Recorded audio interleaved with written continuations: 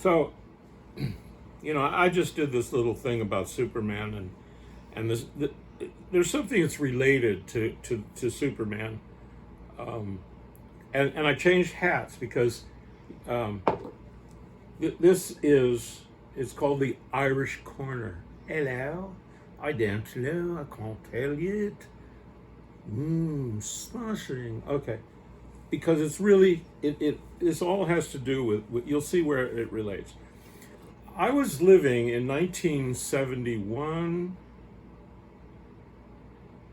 in a brownstone in Park Slope.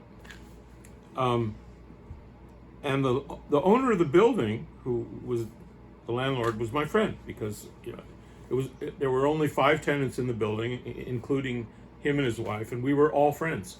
So the doors in the building were sort of open because we literally partied together and talked together and helped each other out with stuff, and it was all very nice.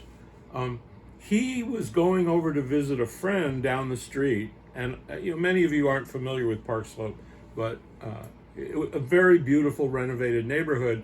But 7th Avenue was the crossing line where on the west side of 7th Avenue it hadn't gotten renovated yet. At any rate, 2 blocks down is St. John's, if you're walking north. So St. John's, on the corner of St. John's, is an incredibly beautiful mansion.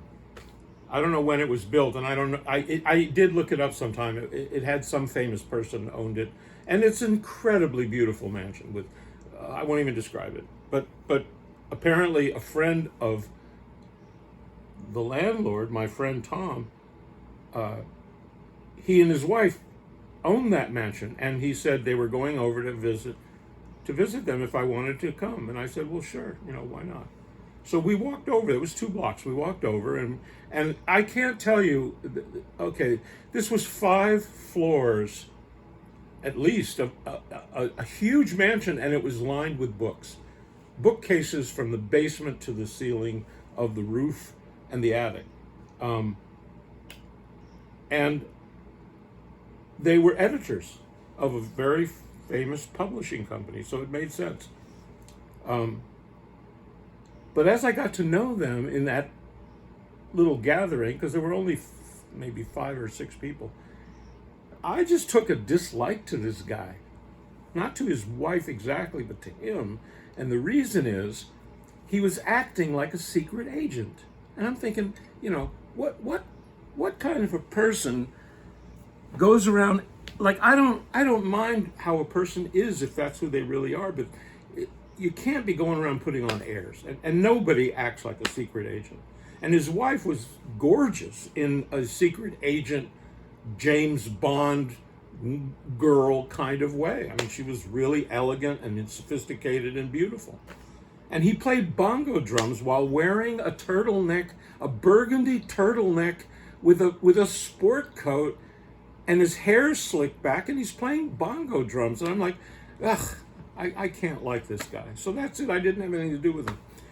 I left New York and I went to Mexico for like 7 years, which is a whole other story I won't bother you about. But when I got back, I was in a waiting room of, I think, a dentist. I'm not really sure what it was. I was getting a checkup of some kind. I think it was like a dentist. And I picked up a book. It was Esquire magazine. And I thought, let's see what's in Esquire magazine. And there's a picture of the guy I was telling you about. And he's doing stories in Esquire, his life as a double agent. And I'm like, what? Okay, it turns out that the Cold War was over and the secret agents of the world were able to identify themselves, and he wrote a book. He wrote a book of his life as a secret agent. And I thought to myself, that's okay. If I would have known he was a secret agent, I could have been his friend, because I've got nothing against secret agents. I've got something against a person who acts like a secret agent, because that's messed up. He was a secret agent. And then, years later, a friend of mine, a French horn jazz musician, very talented, wanted to take me for a drive in Pennsylvania. And I was wondering whatever happened to this guy, because secret agents, when they can't be secret agents, what do you do? we're driving in Pennsylvania through a small town, and on people's lawn is this guy's name. He's running for public office as like a congressman for Pennsylvania. I almost looked him up, but then I thought it's going to get too complicated, and maybe I would shoot him just to be in context. Okay, enough.